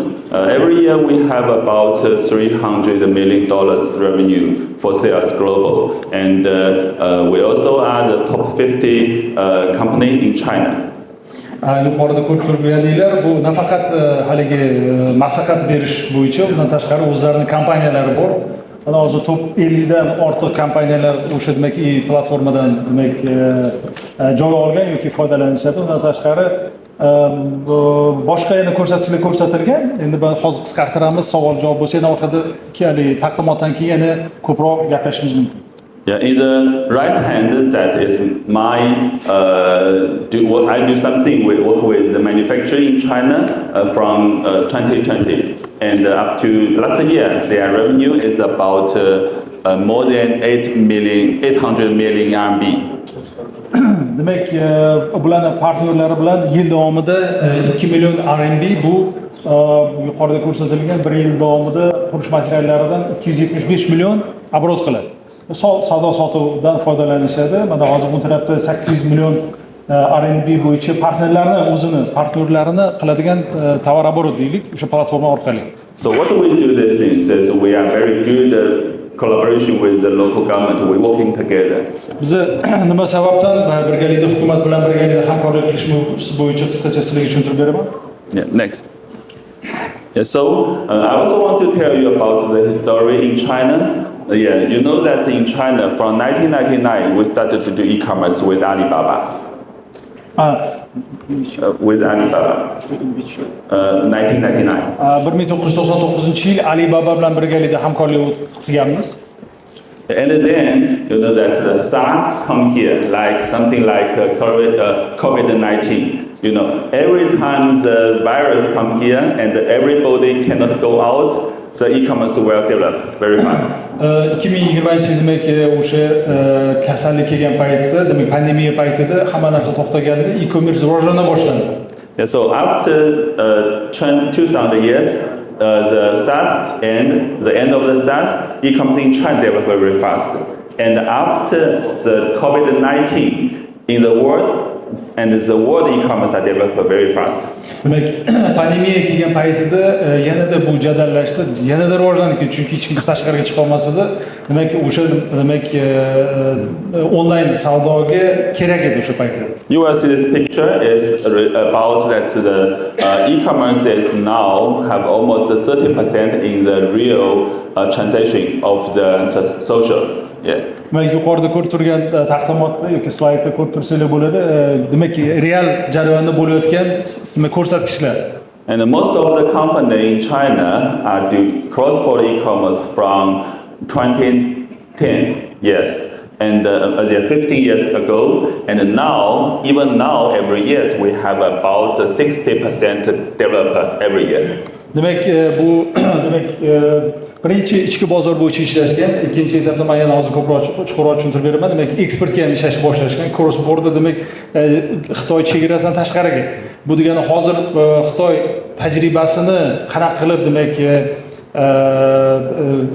O'zbekistondagi mana qurilish materiallari sohasida agar implementatsiya qiladigan bo'lsak, qanday qilib eksportga chiqish masalasi bo'yicha ham shu tajribalarni gapirib beradi. So what gives the company, what the company have got from the e-commerce side? I think that there are three very important points. Demak, asosiy nuqtalardan 3 ta nuqta bor ekan, shuni gapirib beradilar. Demak, asosiy e-commerce shu jadallashtirishga kerak bo'ladigan masala punktlar. Yeah, most of the company 10 years ago in China is OEM company, something like the company in Uzbekistan, no brand. Xitoyda o'sha 15 yil oldin xuddi shunaqa brendsiz kompaniyalar bo'lgan, no name, no brand deylik, hali taniqlanmagan kompaniyalar bo'lgan edi. They only product the normal common product, but after they join the e-commerce, they first have the brand in China, and then nowadays they have the brand in the world. Birinchi demak ichki bozor ichida o'zini ustida ishlagan o'sha demak domestik demak ichki bozor uchun o'sha platformani ishlatish tartibi bor. Ana shuni qisqacha tushuntirib beradilar. Ana undan keyin bir jarayon vaqt o'tgandan keyin bular chetga eksport qilish demak usulini amalga oshirdi. And the second one is before we don't know how to know the market, and only the customer tell me what we want to produce and we produce. Demak birinchisi demak brend edi, ko'pchilik bilmas edi. Ikkinchi masala bu demak buni qanaqa ishlatishni bilmas edi. Demak ma'lumotlar yo'q edi. After we directly go into the market, we can have the data, and the data will judge us what to produce, not only from the customers. Demak o'sha ishlab chiqaruvchining to'liq ma'lumotlarini shakllantira boshladik. Demak raqamlashtirilgan platformada undan keyin rivojlana boshladi, yura boshladi. Yeah, because you know that in the previous time, the customer is not the end customer. They are the wholesale and they are some middle company. Bu demak sotish jarayonida demak e-commerce'da o'rta jarayon. Demak oxirgi sotib oluvchi bu yana o'sha platformadan foydalanib o'ziga demak zakaz qilish mumkin va hokazo. Ana shu jarayonlarni rivojlantirish kerak edi. Demak ma'lumotlar bazasini shakllantirish kerak edi. Also, before in the not e-commerce, we are single and we are only do the things individual. But after we join this e-commerce system, we are globalization. Demak, o'sha ma'lumotlar bazasini ishlab chiqaruvchilardan ma'lumotlar bazasini shakllantirib e-commerce platformasini shakllantirganimizdan keyin globalizatsiyaga o'tish boshladi. Demak, kompleks masalanda, demak kompleks bozorga chiqish demak yechimlarni qila boshladi. So nowadays, China is not the factory of the world, but also the brand of the brand incubator in the world. Not only the factory of the world, but also the brand incubator in the world. Hozir nafaqat bir ishlab chiqaruvchi Xitoy kompaniyasi, demak butun dunyo bo'yicha global brend nimasi inkubatsiyasi nimasiga uroveniga chiqdi yoki bir mavqega chiqdi demoqchiman. So now e-commerce also do a lot of things in the still a global still develop very fast in the world, and also in Uzbekistan. Now we can find in Uzbekistan the e-commerce market share is about 1.8 billion US dollar. Hozir demak chap tarafda ko'rib turganingizdek bu Xitoydagi e-commerce'da qancha demak 1.8 billion USD. Bu dollar Amerika AQSh dollari ekan. Demak chap tarafdagi bu 6.442 trillion, O'zbekistonda 1.8 million. Every year 50% increase. Har yil demak 50% ga O'zbekistonda oshib boradi. Yeah, so now we can go back to our construction material. Yeah. Ana endi konstruksiya qurilish materiallariga qaytadigan bo'lsak, we find that it is my information from the 2030 strategy Uzbekistan. Bu 2030 O'zbekiston strategiyasidan o'sha demak olingan ma'lumotlarga tayangan holda Uzbekistan will build more than 1 million apartment and 100 new residential area by 2030. Demak 2030-yilgacha 1 milliondan oshiq apartment demak kvartiralar qurilishi kerak. Bu 100 mingdan oshiq demak yashash joylarida joylashgan. Yeah, just now we think about AI and think about the future, but this is the real things we want to do. Hozir bu quruq gap emas, hozir real O'zbekistonda qilmoqchi bo'lgan masala, demak yechimlarimizdan bittasi. Yeah, how we can do it more efficient in this project, in this target. Buni qanaqa qilib demak bu targetga chiqmoqchimiz? Yeah, because we will have almost every year $10 billion market. Har yili demak 10 billion. 11 demak milliard.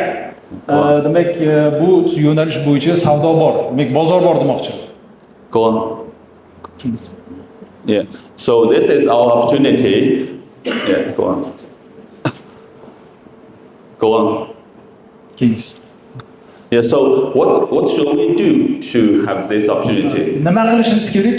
Demak, bu bunaqa demak bozorga chiqishga I think there are also three things. yana 3 ta masala bor.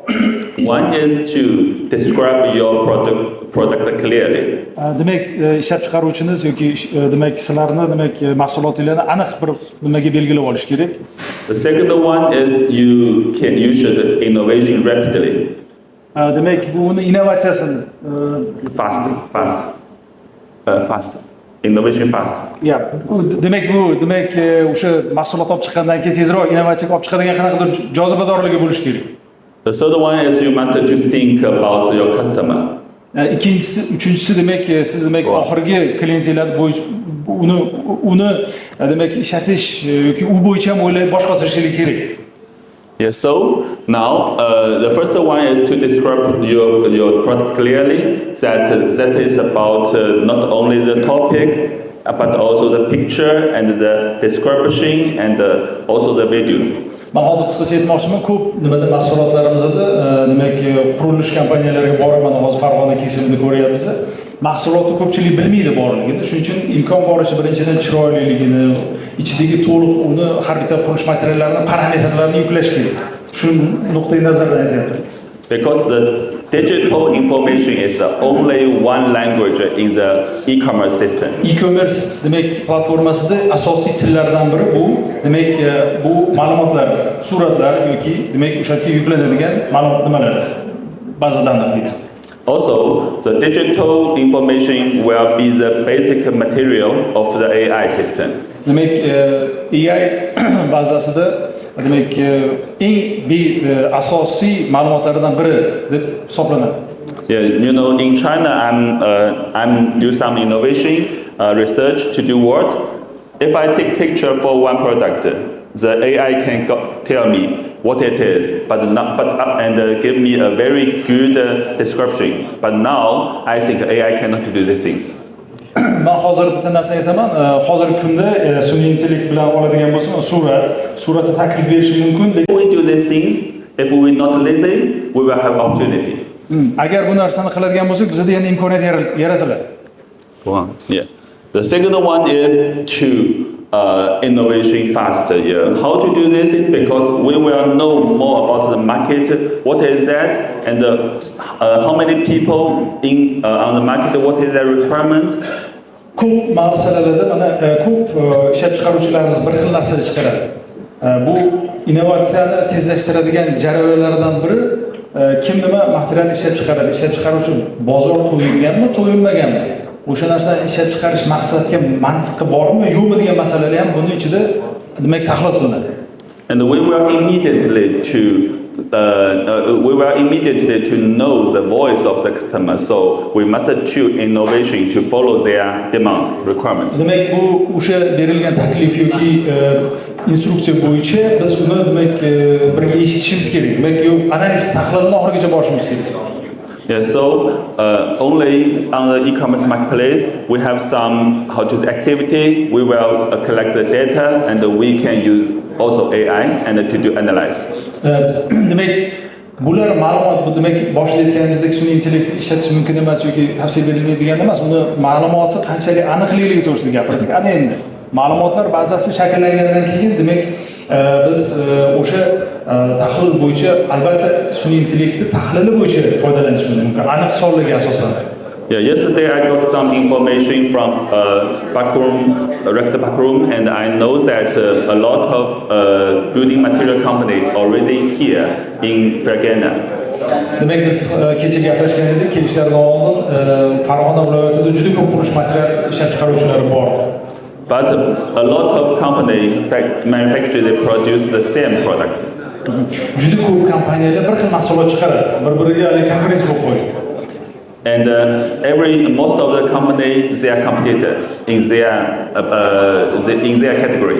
Demak shunaqa kategoriyada ko'p kompaniyalar o'zini faoliyatini to'xtatgan. but they already have a very good experience and the basic things. They can do innovation. They can do, after they listening to the voice of the customer, they can do some difference. Agar demak oxirgi demak foydalanuvchini klienti fikrini olishdan keyin ishlab chiqaruvchi o'zini fikrini o'zgartirishi mumkin yoki yangi yo'nalishga burishi mumkin. So the third one is we must choose how to let the customer as our center, and the most important things we should do.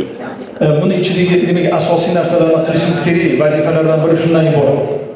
Because you know that the customer will give us money and will give us confidence. Demak klient demak pul berib sotib oladigan bo'lsa, mahsulotni demak o'shanga yarasha mahsulot tanlash kerak. Sifat nuqtai nazaridan. Yeah, so customer insight is related to the innovation. Yeah, so this is twin, something like twin, and we must do the same time. Demak, klient bilan bo'ladigan aloqa bilan sotuvchini bo'ladigan aloqasini orasidagi munosabatni shakllantiradigan jarayon. Every year my company sell lights for almost $100 million. Har yili mani kompaniyam ana chiroq ishlab chiqaradi, $100 million nima sotadi. Yeah, and why we can achieve this target? Because we do a lot of insight to the European and American customer. Demak bu degani hozir mana nafaqat ichki bozorda, Yevropa, Amerika bozoriga ham chiqishi. The light is not lighter, the brighter the better. So every people in different countries, they need a specific bright. Demak, har bitta mamlakat yoki klient deydigan bo'lsak, har bitta o'zini xohishiga nimasi bor. Haligi yorug'likni kuchi va hokazo parametr deb aytadigan bo'lsak, har bittasini xohishi, talabi har xil. Yeah, so after we do the 3 round research and the test, we get the result.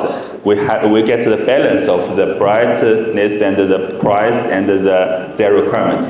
Demak, har bitta demak talabiga, parametrlarga asoslantirib, demak sotuvchi o'zini talablarini nimaga qo'yish kerak, yuklash kerak.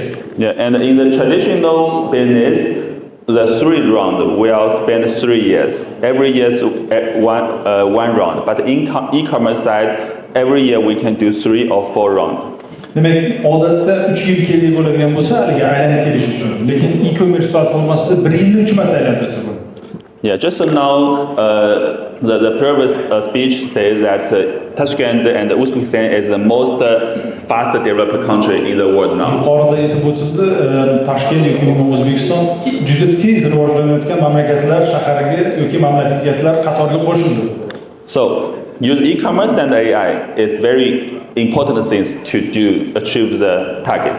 Demak, bu e-commerce demak o'sha maqsadga erishishga juda asosiy faktorlardan biri. So it is also why we started to build this marketplace related to the building material and the decoration material.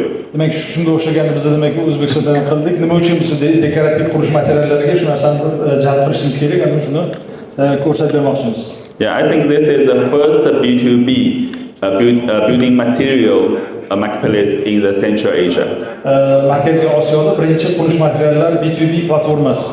Also, it will be a very important infrastructure of business in economic in this country.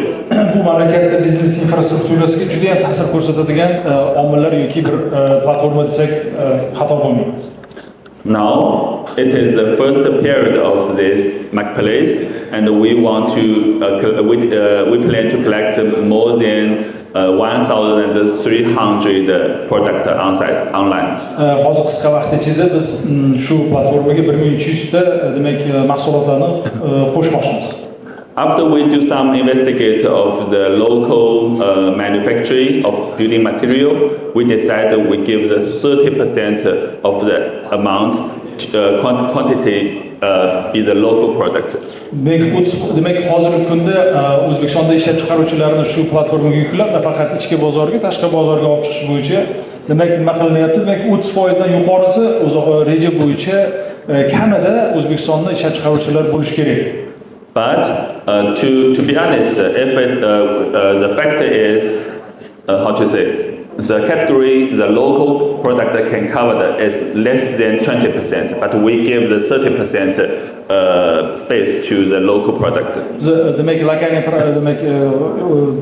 mahalliy ishlab chiqaruvchilarga ko'proq javob berishga harakat qilyapmiz. Biz birinchi qadamida hozir 30% va uni yana kengaytirib boramiz. Bu degani mahalliy demak ishlab chiqaruvchilarda imkoniyat bor, chet el bozoriga chiqib o'zini mahsulotini sotishga.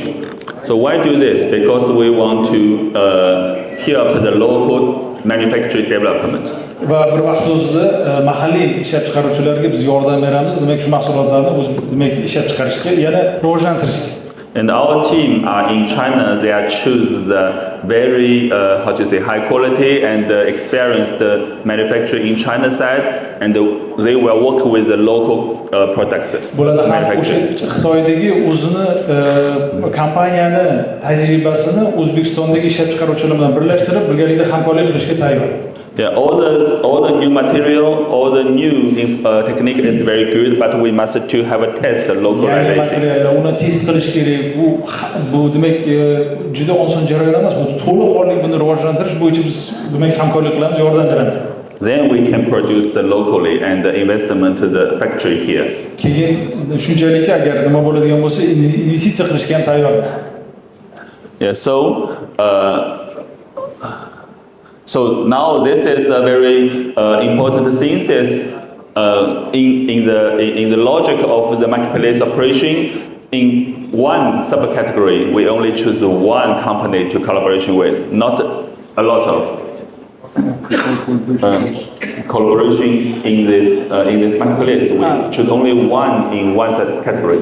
From every product producer. Yeah, every product. Endi hozir yana bu birinchi qadamida har bitta yo'nalishda, misol uchun chiroy ishlab chiqarish yoki bitta yo'nalish, o'shandan birinchi etapda bitta ishlab chiqaruvchi tanlanadi. Yeah, because we want to choose the real high quality and the long version player manufacturing work with us. Demak, o'sha ishlab chiqaruvchini o'sha demak yuqori sifatga chiqaradiganini tanlab, o'sha bilan birinchi etapda ishlashni boshlaymiz. And we will help them to make their manufacturing growth and growth develop. Demak, shu bilan birga ham o'sha ishlab chiqaruvchini ham katta bir nimaga rivojlantiramiz.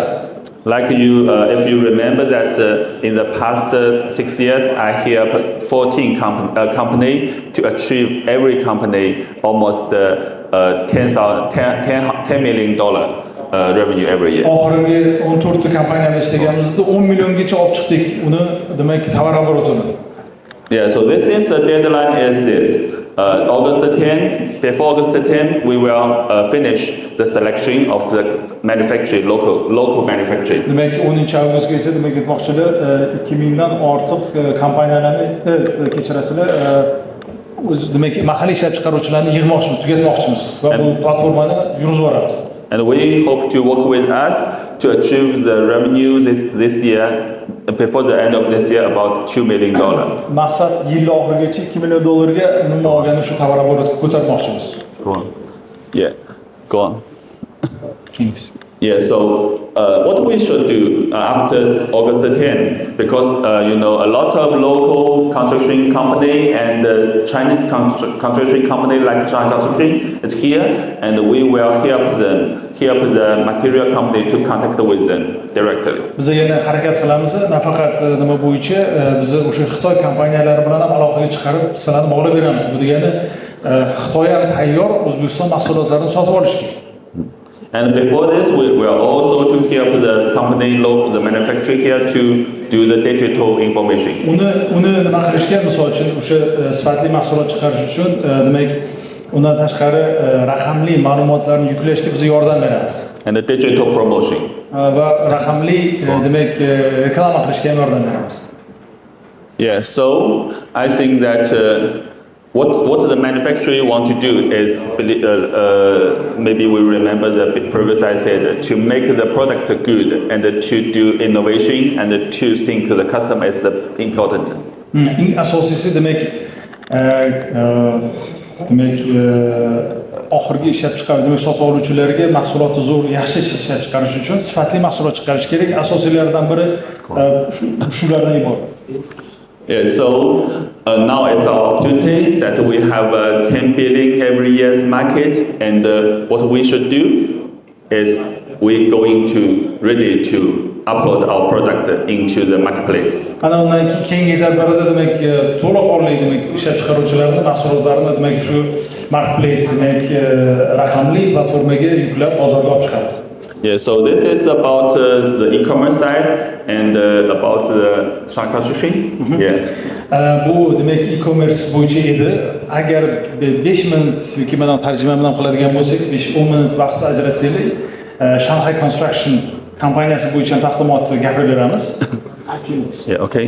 Yeah, because you know I'm from Shanghai and I'm also alumni of Tongji, also representative of Tongji University. Man Tongji universiteti bu top birga kiradi, qurilish nimalari bo'yicha, yo'nalishi bo'yicha dunyoda. Shuni bitiruvchisiman. Bir vaqt o'zida ular bilan hamkorlik qilib turamiz. Yeah, and you know the Shanghai is the modernest city in China. Shanghai kompaniyasi hozir men bitta narsa tarjimada nima qildim, qoldirdim. Shanghai kompaniyasini o'zi tug'ilishi o'sha Tongji universiteti, Shanghai shahridagi Tongji universitetida rivojlangan. Va Shanghai shahri ham o'sha tez rivojlanayotgan shaharlardan biri. Cool.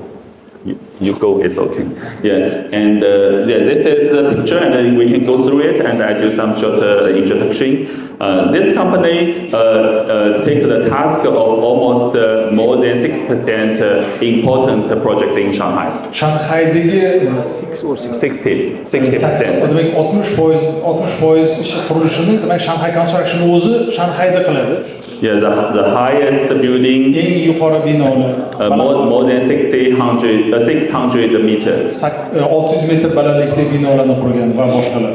And the last week we have a typhoon, you know, 14 level typhoon, and it is no problem for it. 14 demak urinlik tayfunlar bo'ladi. Ularga ham chidab beradi. Juda samarali. Yeah, and a bridge on the sea more than 20 kilometer. It is also built by Shanghai. Bridge. Sea bridges. Sea bridges. Demak, Shanghai'dagi o'sha orollarni bog'lab turuvchi ko'priklarni ham qurgan, qiyin konstruksiyalarni qilgan. And also the Yangshan port, the largest port in Asia, I think. Osiyoda eng katta portlarni ham shu demak kompaniya qurgan. Yeah, and also a lot of students and the university, and also a very another thing is the first green building, sustainable building is built by Shanghai Construction. Birinchi dunyodagi yashil qurilishni ham shu Shanghai Construction kompaniyasi qilgan. Yeah, the company also they do a lot of standard and the code with the government in China. Demak, Xitoy hukumatiga o'sha demak talablarini, standartlarini qilishga demak bu kompaniya ham o'zini o'rniga ega ko'p narsa qilib bergan. O'zgartirgan shenkalarimizni, shu tartiblarimizni va hokazo etmoqchi.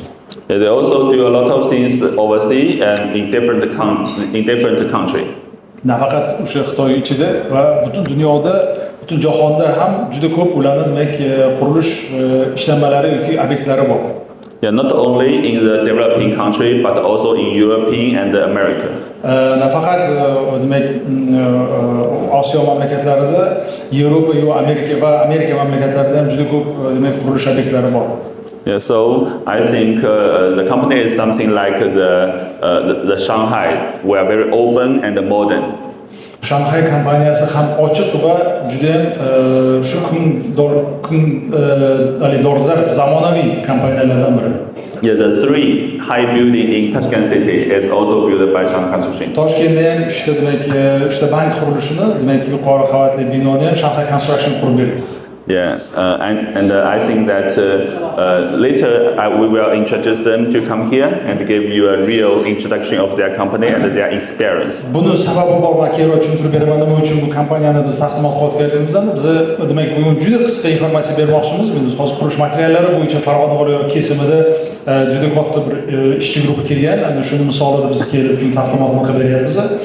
Endi keyingi demaslik ikkinchi etapida Shanghai Construction'ning xodimlari o'zi kelib alohida taqdimot qilib beradi, unga tayyorgarchilik ko'ramiz. And they already one more sentence. They already have, I think, more than 70% of the how to say practice with the AI just now. The AI speech said, 70%dan yuqorisi sun'iy intellektdan foydalanadi kompaniya. and they will tell you what is suitable for Uzbekistan and what is dream now. Qaysi biri demak komfort, demak shuni foydalanishga o'shani ichidan biz eng keragini o'zimizga kerakini tanlab olishimiz kerak. Yes, okay. And, yeah. Man ruxsat bersangiz ikki oz nima uchun bu kompaniyani aytmoqchiligini yana bir bor qaytarib o'tmoqchiman. Butun dunyo bo'yicha qurilish sohasida qisqa vaqt ichida sifatli, samarador, xavfsiz va tez qurilishi Xitoyda juda ko'p nimasiga talqin bo'lgan va ulardan o'rganadigan joylarimiz juda ko'p. Men boshqa mamlakatlarni unutmoqchi emasman, lekin biz shu korxona bilan biz ko'p ilmidan hamkorlik qilyapmiz. Sun'iy intellektni nima qilish bo'yicha, implementatsiyasi bo'yicha yoki sanoatni qurilishlarni sifatini yaxshilash bo'yicha shunaqa narsalar borki, demak qurilish materiallari talqinda aytadigan bo'lsak, ko'taruvchi yoki ko'tarmaydigan to'ldiruvchi qurilish materiallari bo'yicha juda katta masalalarimiz bor. Biz umuman yangicha talqinda yangi avlod materiallari, yangi avlod konstruksiyasi bo'yicha gapirsak bo'ladi. Kompozit materiallarni qo'llash, shunaqa ularki, hali yuqoridan aytib o'tildi, demak ular hozir birinchi taqdimotni ko'rgan bo'lsangiz, bu taqdimotda demak rejalar bo'lsa, bu kompaniya quryapti hozirgi kunda. Ana o'shani bir-biriga moslashtirib, bizani hozir iqlimimizga yangicha usullarni olib kelishlik bo'ladi. Demak, shu yerda biz taqdimotimizni tugatamiz. Kimda savoli bo'lsa, marhamat, savol berishingiz mumkin yoki taqdimotdan keyin ham savol bo'lsa, kelib yana B2B ko'rinishida gaplashsangiz bo'ladi. Marhamat, rahmat bir avvalambor e'tibor uchun.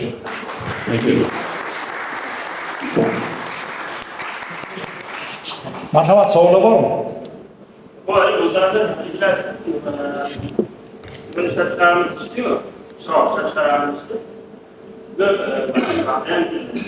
Bu So, regarding the production of lights, can we do here also joint venture production in Terganagovi?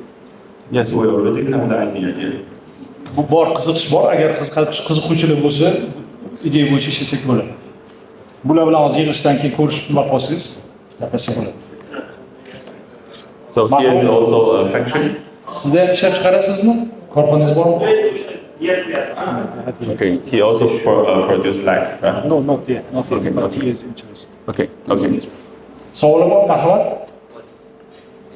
Savol bo'lsa katta rahmat yana bir bor e'tiboringiz uchun. Kimda agar haligi nimadan keyin qiziqish bildirishlari bo'lsa, mana B2B sifatida marhamat kelib gaplashib, nima qilishingiz mumkin. Savolinglarni berishingiz mumkin. Rahmat, sog' bo'linglar, salomat bo'ling.